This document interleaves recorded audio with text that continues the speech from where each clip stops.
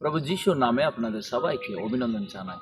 বিশ্বাস করি প্রিয় ঈশ্বর আপনাদেরকে সবাইকে ভালো রেখেছে। ঈশ্বর সবাইকে একটা বিশেষভাবে সৃষ্টি করেছেন এবং সবাইকে বিভিন্ন ধরনের আহ্বান দিয়ে তিনি ডেকেছেন। তো বেশিরভাগ ক্ষেত্রে আমাদের জীবনে আমরা দেখি যে আমরা কিছু করতে গেলে অন্যজনকে দেখে নকল করতে শুরু করি, তাকে দেখে কপি করে আমরা সেটা করতে চাই, তো তার মতো করার চেষ্টা করি। কিন্তু এটা আমাদেরকে জানতে হবে, ঈশ্বর প্রত্যেক জনকে একটা ইউনিক ওয়েতে তিনি সৃষ্টি করেছেন এবং ঈশ্বর প্রত্যেক জনকে একটা ইউনিক ভাবে তিনি আহ্বান করেছেন। প্রত্যেক জনের উপরেও প্রভুর একটা ডাক, প্রভুর একটা দর্শন, প্রভুর একটা লক্ষ্য সর্বদাই থাকে। শাস্ত্র এই সম্পর্কে আমাদেরকে স্পষ্ট বলে জেরেমিয়া জীবন থেকে। জেরেমিয়াকে প্রভু মনোনীত করেছে একটা বিশেষ উদ্দেশ্য নিয়ে। জেরেমিয়াকে প্রভু এটাকে বুঝিয়ে কিভাবে বলেন, অধ্যায় 1 সেখানে 5 পদের এখানে লেখা আছে যে, তুমি গর্ভ হইতে বাহির হইবার আসিবার পূর্বেই তোমাকে পবিত্র করিয়াছিলাম, আমি তোমাকে জাতিগণের কাছে বাওবাদী করিয়া নিযুক্ত করিয়াছি। জেরেমিয়াকে প্রভু মনোনীত করেছেন। তিনি মনোনীত করেছেন তার মায়ের গর্ভে, তিনি সৃষ্টি হওয়ার আগে প্রভু তাকে মনোনীত করেছেন। তো প্রভু তাকে মনোনীত করেছেন এবং কিসের জন্য তিনি মনোনীত করেছেন? তিনি বলছেন, আমি তোমাকে জাতিগণের কাছে ভাববাদী করিয়া নিযুক্ত করিয়াছি। জেরেমিয়া গর্ভ থেকে তিনি এখনো তৈরি হয়নি, আসেনি, কিন্তু প্রভু তার লাইফের একটা ইউনিক পরিকল্পনা রেখেছেন। তুমি একজন ভাববাদী, ইসরায়েল দেশে তুমি ঈশ্বরের বাক্যকে প্রচার করার একজন ব্যক্তি হবে। তো জেরেমিয়ার জীবনে প্রভু তাকে মনোনীত করেছেন তার জন্য এবং তাকে একটা ইউনিক আহ্বান দিয়ে তাকে মনোনীত করে রেখেছে। তো জেরেমিয়া যখন প্রভুকে বলল, প্রভু আমি পারবো না, প্রভু আমি কথা বলতে পারি না, আমি তাদের কাছে গিয়ে তোমার বাক্য বলার মতো আমি বললে বিশ্বাস করবে না, তখন প্রভু বলেছে, না আমি তোমাকে মনোনীত করেছি। তো জেরেমিয়ার জীবনে প্রভুর পরিকল্পনা একটা ইউনিক ছিল। তো ঠিক তেমনি প্রিয়, আমাদের জীবনেও প্রভু আমাদেরকে একটা উদ্দেশ্য ডাকে।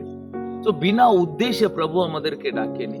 তো আপনি অন্য কাউকে দেখে নকল করে আপনাকে জীবন যাপন করার প্রয়োজন নয়। প্রভু আপনার জন্য একটা ইউনিক পরিকল্পনা রেখেছেন। প্রভু আপনার জন্য একটা ইউনিক রাস্তায় তিনি রেখেছেন, ওটা আপনার জন্যই। আপনি যদি সেই রাস্তায় যদি না হাঁটে, আপনি তার জন্য আপনার জন্য রাখার আশীর্বাদটাকে আপনি কিন্তু দেখতে পারবেন না। প্রভু আব্রাহামকে মনোনীত করেছিলেন। আব্রাহামকে প্রভু একাই মনোনীত করেছিলেন, কিন্তু আব্রাহাম তার দাদার ছেলেটাকে তার সঙ্গে নিয়ে লোতকে নিয়ে গিয়েছিল। কিন্তু একটা টাইম এলো, প্রভু তাকে বলেছে, তুমি লোতকে পাঠিয়ে দাও, তুমি তোমার রাস্তায় তুমি চলো, লোতকে লোতের রাস্তায় যেতে বলো। তো ঠিক তেমনি প্রভু আপনার জন্য রাখার ইউনিক ঈশ্বরের আহ্বানটাকে, পরিকল্পনাকে, লক্ষ্যকে আপনাকে জানতে হবে কিসের জন্য, তাহলে আপনার লাইফে আপনি সঠিক চলতে পারবেন। আজকে যদি ভাবেন আমার লাইফে আমি কি করব, আমি কি করে জানবো, আমার লাইফে প্রভুর পরিকল্পনা সেটাকে আমি কি করে বুঝতে পারি, আমার লাইফে আমি কিভাবে আমার জন্য রাখার পরিকল্পনাকে আমি জানতে পারি। প্রিয়, দুটো রাস্তা, একটা হচ্ছে ঈশ্বরের কাছে প্রার্থনা করা এবং 2 নম্বর বিষয় ঈশ্বরের বাক্যকে পাঠ করা। কারণ এই বাইবেলের পথের প্রত্যেকটা ঘটনা, প্রত্যেকটা স্টোরি আপনার লাইফে অনেক অনুপ্রাণিত শুধু করবে না, আপনাকে রাস্তা দেখিয়ে নিয়ে যাবে। ঈশ্বরের বাক্য তাই লেখা আছে যে তিনি আমাদেরকে পথ দেখাবেন, যেই পথে তোমাকে হাঁটতে হবে সেই পথে তিনি দেখাবেন বলছেন। ঈশ্বরের বাক্য থেকে আপনি আপনার জীবনে নির্দিষ্ট পথটাকে খুঁজে পাবেন। ঈশ্বরের পথ থেকে আপনার লাইফে থাকার বিশেষ ইউনিক আহ্বানটাকে আপনি কিন্তু জানতে পারবেন। প্রভু প্রত্যেক জনকে গর্ভ থেকে মনোনীত করেছেন, তিনি তাকে পবিত্রও করিয়াছেন এবং তাকে একটা বিশেষ কাজে নিযুক্ত করিয়েছেন। আজ আপনি আপনার জীবনে একটা ঈশ্বরের পরিকল্পনাকে জেনেছেন?